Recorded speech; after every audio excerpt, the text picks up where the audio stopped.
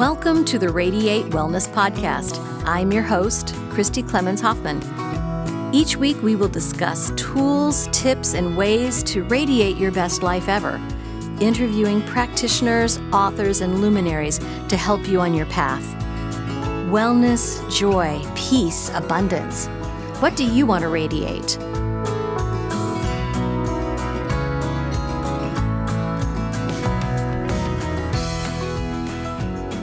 Hi, we are here to radiate intelligence with Steve Sanders.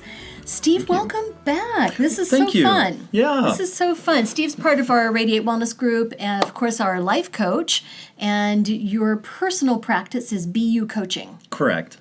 Absolutely. Super. Yep. Be your biggest self. I right? love it. Yeah. BU coaching. Be you. Exactly. Yeah, it's all about being you. Exactly. So today we're going to talk about conversational intelligence, which is something that you've been talking to me a lot about, and I really don't know as much as I would like to. Okay. Well, then we should get right to it. Let's get to it. Okay, good. So, conversational intelligence is a study, which I'll show you this book, written by Judith E. Glaser. Super. It's a combination of her 25 years worth of study and delivery of this particular content in corporations, large-sized corporations around the globe. Yes, and you also mentioned even a small scale to families even. Oh, absolutely.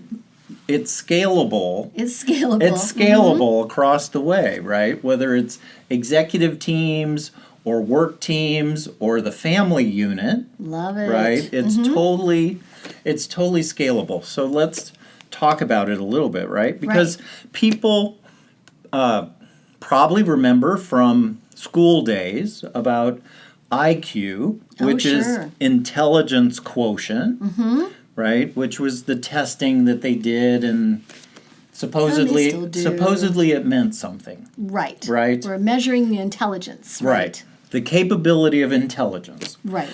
And then in business literature a few years ago, right, there was something that came out about emotional intelligence. Right. And in corporations across America, that was all the, that was the buzzword. the new management practice. Right. Was emotional intelligence.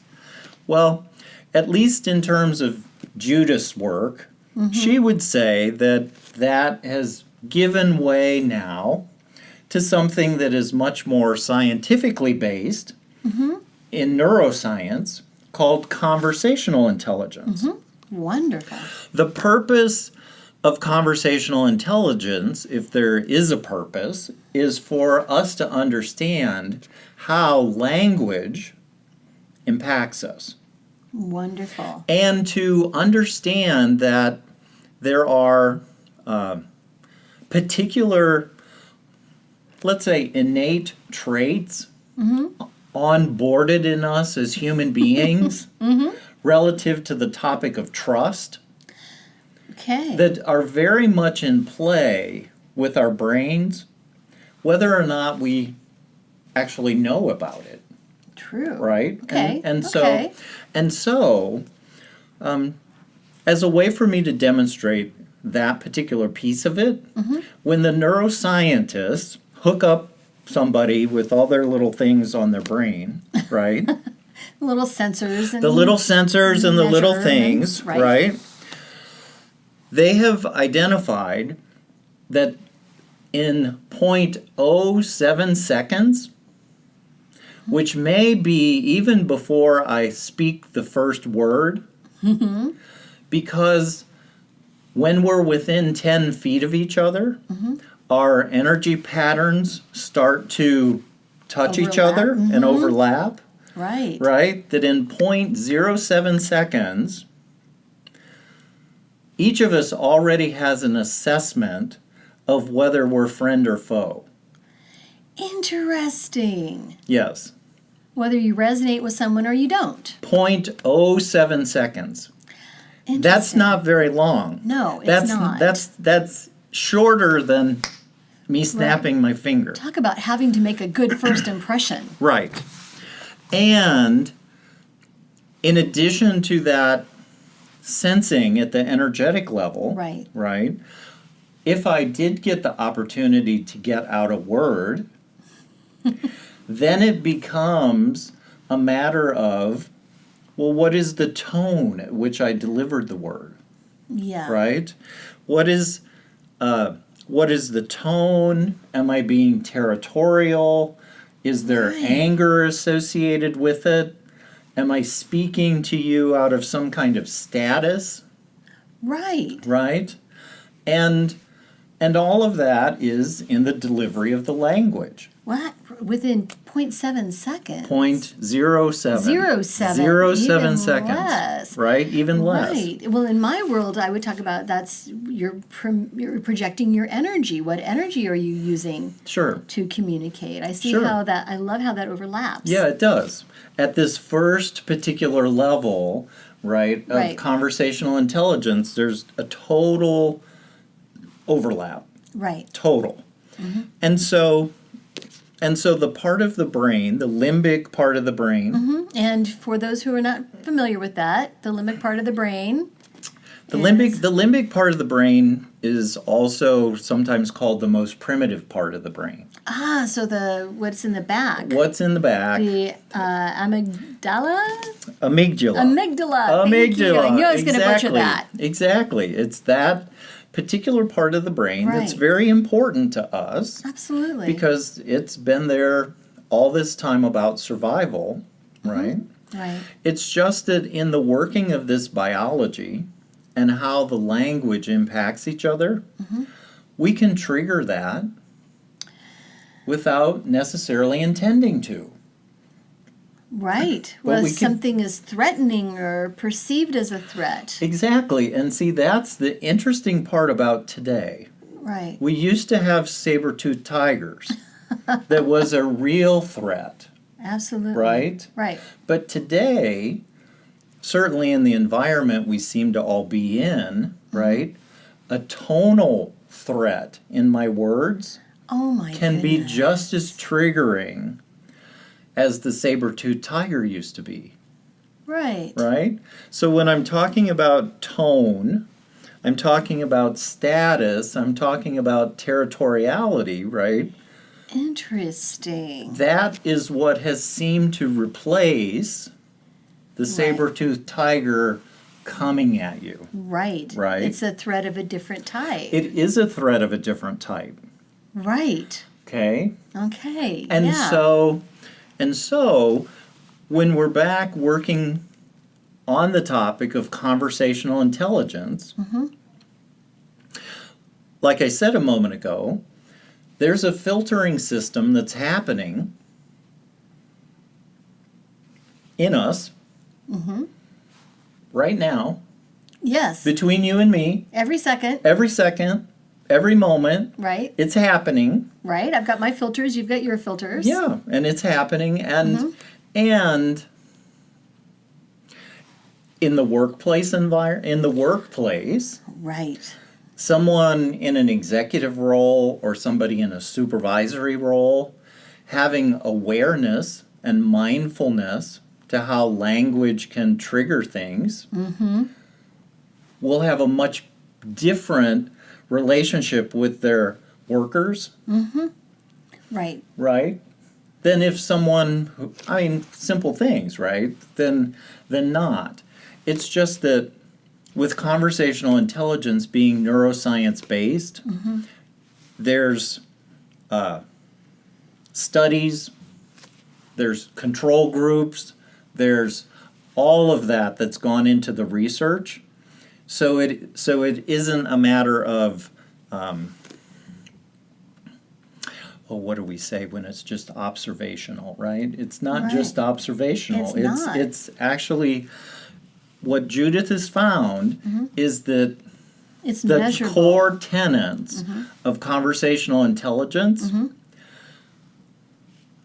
are understood at a very basic level, independent of language around the globe. Oh, that is so interesting. Okay. So really cross cultures. Absolutely. Pan language. Absolutely. And just even within a country and a language group, there's different cultures. Absolutely. Oh, interesting. Absolutely. And wherever she's been around the globe, when you get into the core tenets of language and how it either downregulates Yes. the listener or it upregulates the listener, people get it. They do. And so what are we specifically talking about when we're talking about upregulate and downregulate? Thank you. Okay? Yes. Let's talk about that for a moment.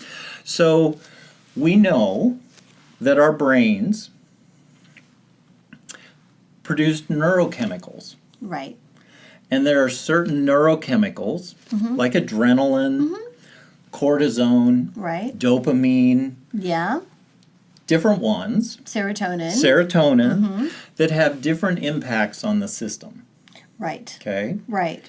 And they're in response to certain stimuli, certain emotions. Like threats, right? Such as threats, for example. Exactly. Or positive emotions as well, right. It can be. Absolutely. So when something happens in the environment that winds up down-regulating you, Right. just for example. For example. Right? Down-regulating you in my example. Right. The down-regulation process is about cortisol. Okay. One of the stress hormones. One of the stress hormones. It's about cortisol. Right. And depending upon what the threat response is with the cortisol, it can stay in your system over 26 hours. That's amazing. It's amazing. It truly is amazing. Right. So if, for the sake of this discussion, Right. right, if you or I got in an argument with our significant others in the morning before we went to work, and it was a significantly strong enough down-regulating conversation, Yeah. our system would be flooded with cortisol For 26 hours. for 26 hours. Wow. And so here you are going to work, trying to put on a brave face, while everybody around you may be saying, oh gosh, look out for Steve today. He's kind of on a hair trigger. Right? Okay. Right. Well, You've got all this cortisol. you've got all of that in your Going- system, right. right? And it takes your system 26 hours to metabolize it. Yes. Yeah. So let's say by noon I'm at work and I get into it with my boss. So I get a whole new hit. Oh, there's 26 more hours. Could be if Could if be. if it was a real hard hit, Right. right? So then I go home. Now, am I in a mood to make up? No. No. Right? Yeah. And if I don't have any awareness about what's happening with my biology, which of course we love to study both the energy and the awareness Yes. as a human being and the consciousness, and we certainly stand for consciousness raising, right? Absolutely. That's what we give our life to. However, if I'm someone who isn't in that spot, Right. there's a pretty high probability, right, that when I see my significant other, it's not going to go so well. Well, even people with that awareness and everything, we get triggered. Absolutely. And you can take all of the information that you have in your brain and it kind of goes out the window when we're feeling upset, doesn't it? It absolutely does, right? Because when that cortisol triggers you, of with your amygdala thinking that it's on heightened awareness protecting you from threats, Exactly. right? It's much more sensitive to hearing things and discovering whether, well, is that what was just said? Did that exclude me? Was that somehow kind of criticism? Did I just hear a criticism there? Exactly. Was that something that It's like hearing it with a new filter. Was that like, were you just judging me then? Right? I mean, if we actually said that, we'd probably be better off with each other, right? But that's not how it works. It's not. No, there's just this assessment that happens, right? And then you take action, and sometimes it doesn't go well, right? True. So that's the side of it, right, that's on what happens with the downregulation. So let's talk about upregulation. Yes. Okay? Upregulation. Let's talk about upregulation. I'm ready for that. Well, yes, because that's a very important thing to understand about your biology too, and how conversation and language impacts that, right? Good. So upregulation, the experience of you being upregulated is one where you feel appreciated. You may feel celebrated some way. True. There's some experience of expansion. There's some experience of sharing. Right. There's some experience of co-creation. Okay? Good, yes. Right? It's an upregulating activity. And in fact, if you check in with your body right now, even with a shifting to the upregulating side, do you notice something different in your body right now? Yeah, absolutely. Isn't that interesting? Like right now, right? Yeah, right now. We just shifted the conversation and your biology is responding. Isn't that interesting? Okay, that's what we're talking about. Right. Now, on this upregulating side, Yeah. there are neurochemicals associated with that. And the interesting thing about these neurochemicals is they only stay in your system for up to 6 hours. Oh, that does not seem hardly fair. It's not fair at all. Okay? And so this kind of really gets to the heart of why, right? There has to be causality around upregulated, co-generated conversations for possibility. Oh, yes. And dreams and dream building and what's possible in your life, right? It really takes something. Yes. You know, it really takes something to generate that. Right. So we're always having to generate that more often. So Exactly. don't we all want to live there anyway? Well, we say we do. We say we do. Right. We say we want to live there. Right. And yet there's a little bit of our biology that's working against us if we don't have any understanding of it. Right? Good. And so the kind of the theme of conversational intelligence, if I may, is to say that to get to the next level of greatness, and that may be personal greatness, it could be the greatness in your family unit, right? It doesn't happen, it doesn't have to be the workplace, right? Because this is scalable. So let's just talk about it in terms of to get to your next level of personal greatness or the next level of greatness within your family unit. Yes, Right? I like that. Something like that. Well, the next level of greatness depends on the cultural norms of that family unit. Of the family unit, of Per course. se, right? Which depends on the quality of the relationships. Right? Which depends on the quality of the conversations Right. that the parents have with their children, that the children have with each other, right? And this, I mean, you can so easily see how, from a conversational intelligence point of view, how the phenomenon of bullying in the country right now is such a down-regulating event. It is. And so there really is something important when people are interested in interrupting that, it really is about creating a different culture. Right.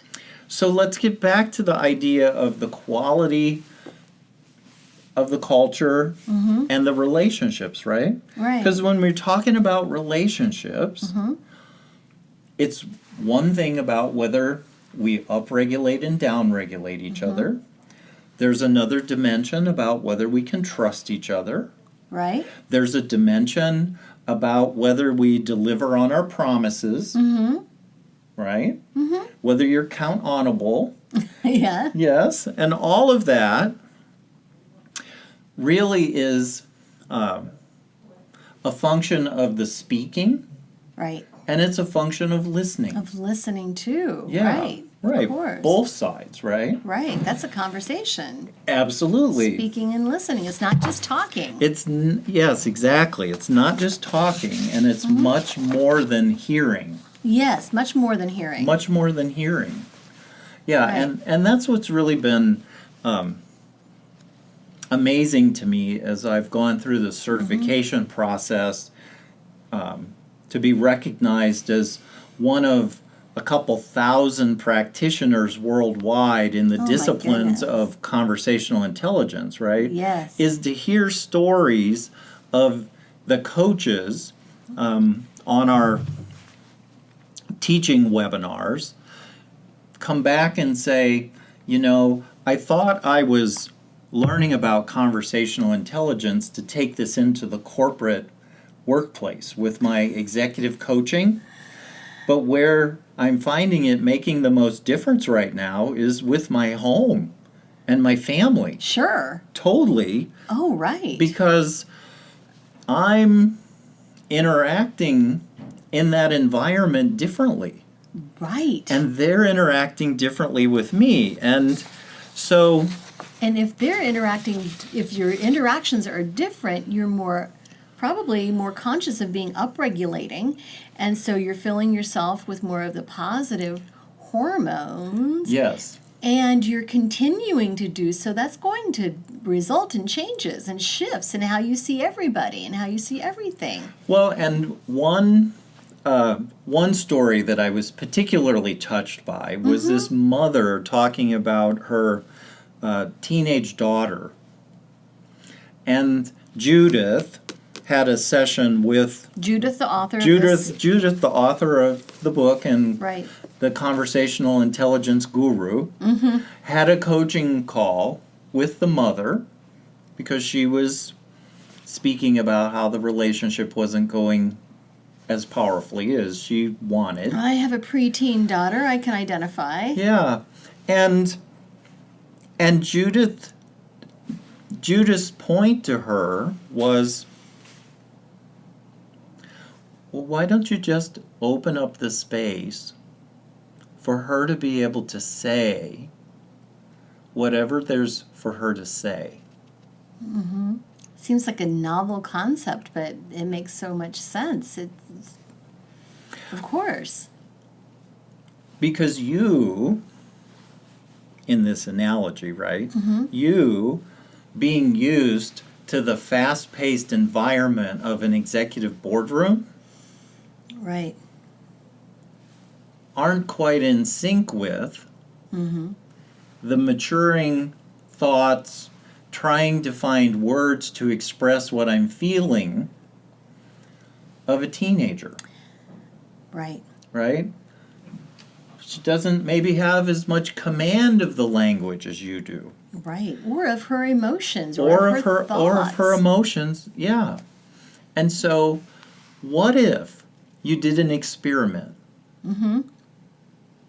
and you just took on granting her the space to say whatever was there for her to say, and you listened, and you acknowledged her statements, and you answered her questions. Right. But you didn't advise when she made statements, Right. right? Because That implies judgment, too. absolutely right away, right? When somebody is just stating something about what their experience is, Right. instead of most of the time, right, we have been trained that, well, I have to have a witty comeback to that. Well, no, you don't. You don't. From a conversational intelligence point of view, right, it isn't about witty comebacks. In fact, to your point exactly, Christy, when somebody just communicates their experience and there's any kind of pushback to it, of course it registers over here as I was just judged. Of course. Yes. Of course. It's like, what are you trying to do to fix this problem? Why are you trying to fix this? I didn't ask you to. I didn't ask you to judge it. No, I didn't. Right. Mom, you want, if I'm doing a role play, it's like, Mom, you asked me what was going on in my life, and I tried to tell you, but instead of you just listening to me, right, you give me back all this static. Right. It's judgment and, criticism. Exactly. And evaluation, right? Right. Now, mind you, parents walk a very tight rope around their life experience versus the child's. Right. Right? From a conversational intelligence point of view, there has to be that awareness for whether there's an opening, right, for input or not.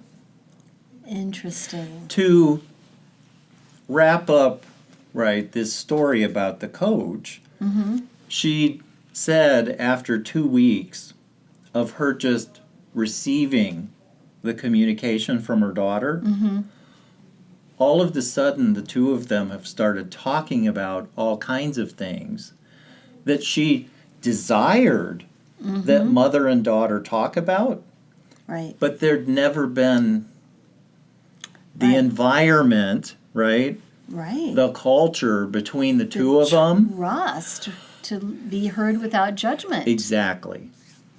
Right. Exactly. So I love it. Conversational intelligence is really, really on the cutting edge in my mind. Right.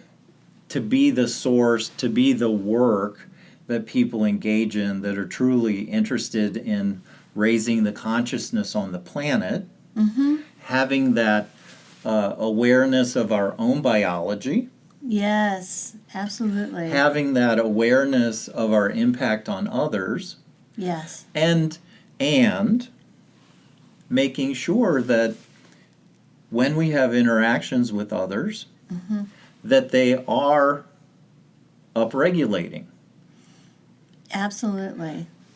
I mean, for example, today at my particular workplace, one of my first-line supervisors was particularly down-regulated with some feedback she received about a work product she had turned in. Now, the person who gave the feedback, I don't know what they were thinking, but the effect on the one doing the work was this was down-regulating. Of course, Okay? right.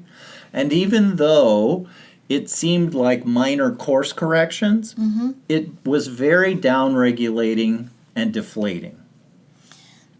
Right. And with me being a first-line supervisor to this person, I could see that it was down-regulating. Of course. And I said, I think you need to go to lunch. And when you come back from lunch, I want to interview you. I want us to work together to accomplish this result because I understand at the moment you don't see your way clear to doing this on your own. You think it seems like what you did this morning was received and criticized. And I think if we work together, we can actually get it done. But I think I have to interview you. Just to get more information. To get more information and to do the typing, and that way you have your attention on something else. Good. And we did. We worked together, right, for a mutual outcome. Right. And did get feedback by the end of the day that the revision was much better. Good. Now, on the conversational dashboard, there's some distinctions Okay. that go along with language and go along with working with people, right? Right. One of the distinctions is one called wait and see. Tell me about that. Well, in the example that I gave you, right, I could have taken the position of wait and see whether this person can sort it out in the down regulation. Just leave them alone. We'll wait and see if they can sort it out. If they come back from that. Right. From a conversational intelligence point of view, that isn't a demonstration of much trust. Really? So it's not trusting them to regulate themselves? Well, it's not a demonstration of it's a demonstration, it's a wait and see of like a conditional trust experience. Okay. Right? Right. Got it. And from a conversational intelligence point of view, it's to move to a position of partnering rather than a position of protecting. Okay? So in partnering, saying, go to lunch and come back, let me interview you, it was working on the side of conversational intelligence that's known as experimenter or co-creator. Sure. Right? Where you're in partnership with that other person to produce the result. Right. Right?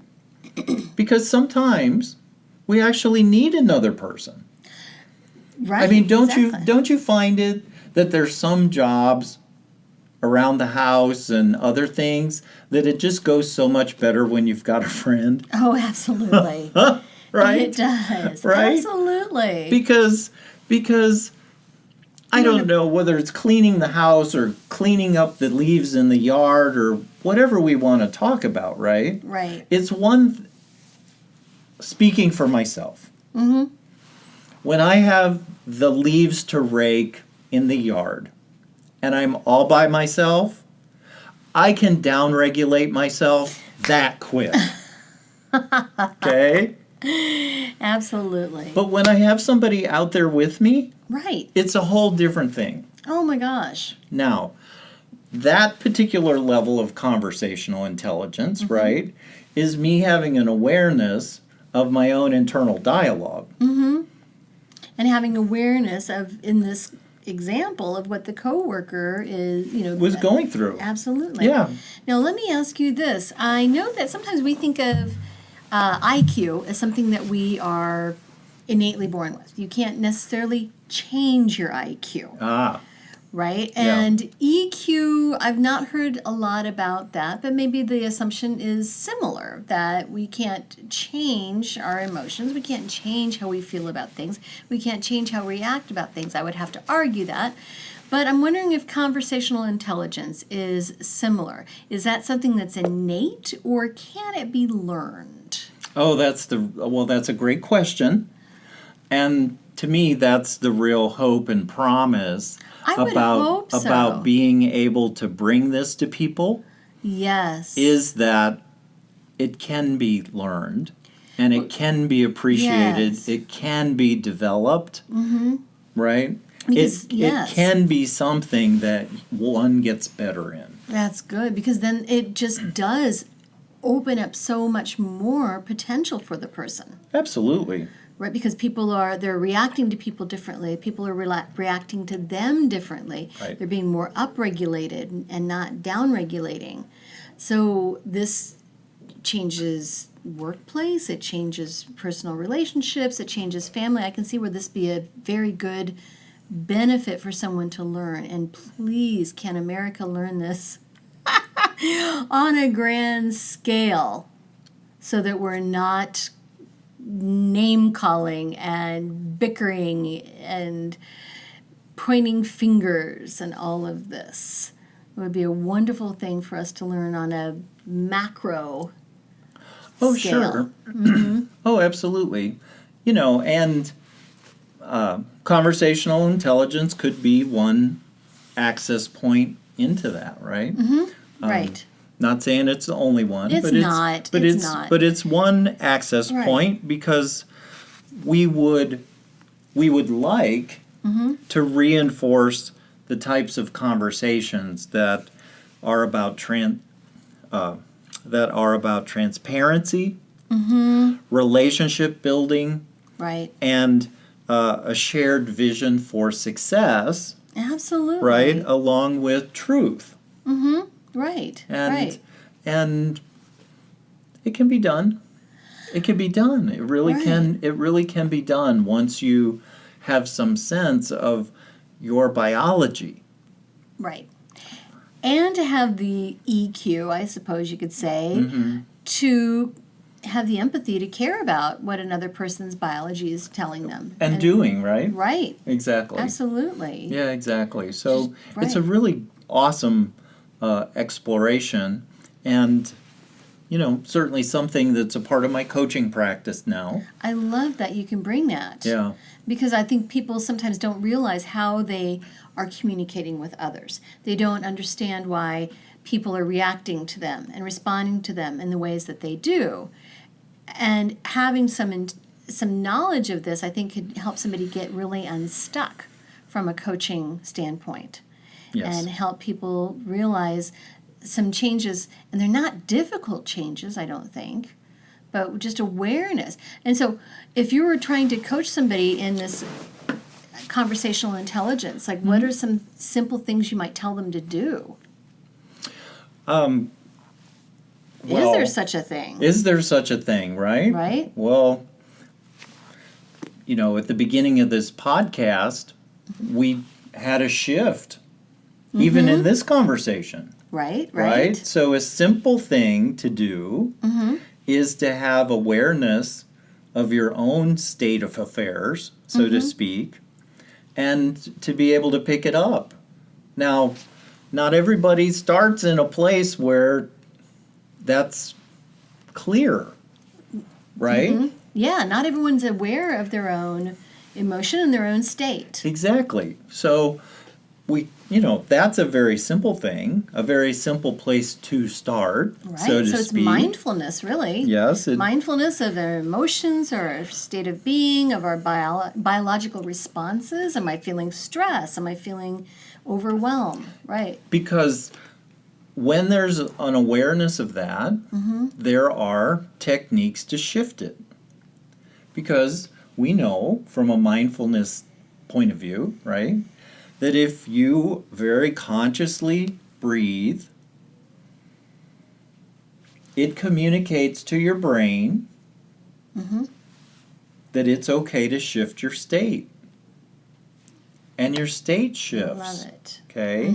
It does. So, yes, from a coaching point of view, we would start with whether or not there is even awareness to what the state of downregulation seems like in your body. Absolutely. What does the state of upregulation seem like in your body? Because how it registers for you and me is probably different. It could be very unique. It could be very unique to the individual, yet the biological mechanism of the cortisol Is roughly the same. is roughly the same, right? Right. That's roughly the same, but how it registers is different. And so we would begin with that, and, we might have to do some role plays. And there might have to be some feedback, right, from the coach, depending upon the role play, as to, okay, Here was the role. That's what you said. Great. This is how I was left. Right. That's Is good. that how yes. you intended to leave me? Mm-hmm. Right? Exactly. But this is how I was left. Right. Well, I didn't intend that. Okay, well, try it again, right? What changes Use could you make? use some different language. Yes. Use a different tone. Mm-hmm. Right? Let's do take 2 or take 3 or take 4. I do right? that with my daughter all the time. She'll say something that's, in a 12-year-old sarcastic tone, and I'll say, "Oh, let's try it again. Yeah. Let's do take 2 on that." Right. Yeah, and that would be an example of something that we would do in a coaching session. I love that. Yeah. Because it's really practical. It is. People are catching themselves and realizing to have this mirror that you're providing of how their words and how their tone are coming off and coming back to them. Yeah. And then have a realization of, oh, maybe I can talk to so-and-so differently. I can speak to my boss differently. I can speak to my coworkers. Yeah, it's interesting that you said that, right? How so? Well, because the research about American living is focused mostly on corporations, but you'll see how it scales other places. The research on United States corporations is that there is too much focus on task at the expense of relationship. Oh, my goodness. I can see that. And we are relational beings. Absolutely. Oh, absolutely. That's who we are. Right. We are relational beings. And there is something about building that rapport, building that relationship, that if you want a successful culture, even in your family, it is about building and reestablishing that relationship, right? Rather than focused on task. And I think this is an interesting point to underline in family. Because we seem to get into a way of operating with each other that just because we slept under the same roof, when we wake up the next morning, we're somehow defaulted into relationship with each other. And I don't think that's the way it actually works when we wake up. Right? And people are when people are kind of like, right? Who are you? Right. Right? Right? When people are waking up like that, it's probably not the best space to go, well, I want you to do this and this and this and this and this. And it's like, couldn't you even say good morning to me first? Let's start with some upregulation. Yeah, let's start with some upregulation like good morning and how did you sleep and, what are the thoughts that you have about today, right? What would you be, Right. That would be a much different culture in a family if that was set as a practice, the morning practice for how we come to the breakfast table. Right. Right? So in holding we're waking up our body. Yes. We're waking up our relationships each morning. Yes. Yes. I like each that. morning. Right. We're waking up our relationships, right? Right. That's giving me a lot of food for thought, Steve. Okay, well, see, that's the power of conversational intelligence. Right. In being able to scale some of these findings in a corporation back to what matters to us at the family level, and right? In family, absolutely. Exactly, because, that's the number one thing that they find is that, there's so much focus on task right. at the expense of relationship. And That's not how we are. That's not how we are. No. Well, and if you think on it, you think of it on a bottom line type of level, which most corporations, that's the only thing that really counts is the bottom line. We're going to have a lot more task buy-in, more efficiently doing the tasks, and more just more quality if we get that buy-in. And we're going to get that buy-in with upregulating. Yes, absolutely. Right? And so you think about it, someone who's downregulated, someone who's not feeling best, they're feeling put upon, they're feeling criticized, they're feeling judged, is not going to do quick work, and they're not going to do very accurate work either. And there's going to be a resentment about it that could be self-sabotaging, even if they don't realize it. And so just by having this intelligence to know that, okay, our bottom line can be improved if we use kind and motivating and upregulating words with absolutely our teams. Yeah, and something that just came to mind with you saying that, right? In my family system that I grew up with, when I was a teenager and I was in my growth spurt, right, and my body was doing what my body did to grow, I was tired a lot of the time. Of course. Right? And when I would come to the breakfast table and it would be 7:45, and the first thing that greeted me was, well, why weren't you up with us at 7?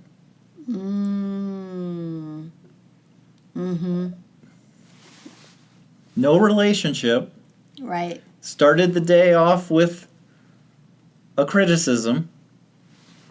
Already had me into a downregulated state. I see. And now you're going to tell me the task that you want me to help with today. And I'm supposed to be cheerful about it. Right. Right? Gung-ho yeah, about it. like if you told me that I'm supposed to clean my room today, right? Oh yeah, Mom, let me get right on that. You're not motivated. You see how it works? Absolutely. And so, so it's even simple things like that. Right. Right? I mean, it should be a no-brainer. It should be. And somehow it's not. So I'm glad we're having this conversation. Awesome. So am I. Good. So This am I. needs to get out there. It needs to be known. It does. Right. And so is working on conversational intelligence something you do in all of your coaching? It depends. It depends. It depends on what the client is focused on at the time. Right. It certainly can be. If this is a topic that is of interest to you and you'd like to explore it more through a coaching session, we absolutely can design a series of coaching sessions, multiples, right. where we explore this exclusively. Right. I'm sure that if someone realizes they're stuck, someone realizes they really need coaching, someone realizes that they can improve their relationships, can improve their life, can improve their work environment, can improve their lives in so many different ways and need the help of a professional coach, that they may have some inkling that communication might not be their fort, may not be their bailiwick, Sure. and could use some help with that, Absolutely. right? As Absolutely. part of Part of a whole range of exactly other models and tools that are Right. available as a part of the coaching process. perfect. And you Sure. do have a lot of tools at your disposal. I do. Absolutely. This is just part of the toolbox. Absolutely. And I love that you can refine and adjust and change up according to whatever your client's going through and whatever they need. Yeah. Wonderful. Yeah, which ultimately I would hope is being intent on having a great life, That's really the goal. right? That's what we all want. I mean, that's really at the bottom of everything. We just want our lives to be as wonderful as they can be. Exactly. Right. Exactly. And if you happen to be someone that's not experiencing that level of satisfaction in your life, There's nothing wrong with reaching out for help. absolutely not. If my car's not working, I know well enough to call someone who can help me figure it out. Right. Right? If I need help with the website or something like that, I'm smart enough to know that I can't do it on my own, and nor would I necessarily want to. I want to reach out to someone who could maybe show me what the problems are, show me where the roadblocks are, show me what I can change and what I can't. And the really great thing about your brain What's that? is the fact that it's malleable. I love that. Yes, Okay. absolutely. You We are may- capable of learning. Capable of learning, capable of developing new neural pathways, Right. capable of reconsidering things from a different point of view, coming to a different conclusion, Yes. right? Yeah. Your brain is malleable all throughout your life. Right. There is no evidence today Right. that you become fixed at any point in your life Nor would we want to. and unable, Right. from a biological brain point of view, to be able to have a new neural pathway. Right. Everybody has that capability. So you may experience yourself being in a rut, but from your brain's point of view, it can be retrained. Absolutely. Okay? Absolutely. And that's what's so exciting and kind of a tangential learning from the conversational intelligence is the neuroscience pointing to the fact that you're not stuck. Absolutely not. No. If you do become stuck, that's where we see atrophy. That's where we could probably run into some comprehension problems, cognitive problems. Yeah. We want to keep those pathways. We want to be making new pathways to stave off that type of cognitive Right. dysfunction, Right. dementia, etc. All that, right? Always want to be learning. Absolutely. Absolutely. Always want to be learning, always want to be growing. Some people say evolving, some people say raising in consciousness. There's It's all all different that. there's all different ways of speaking about it. And then there are some very concrete practices that you can begin the discovery with. Exactly. I love that. Well, Steve, thank you so much for sitting Welcome. and talking with me. This has been really enlightening and very, very encouraging. I love that we can learn new things and we can discover what makes our conversations work and not work, and using biochemistry, Yeah. right? I Yeah. love that. I Yeah. love that. So thank you so much. We'll talk Welcome. again. I look forward to it. Super. Me too. And everybody else.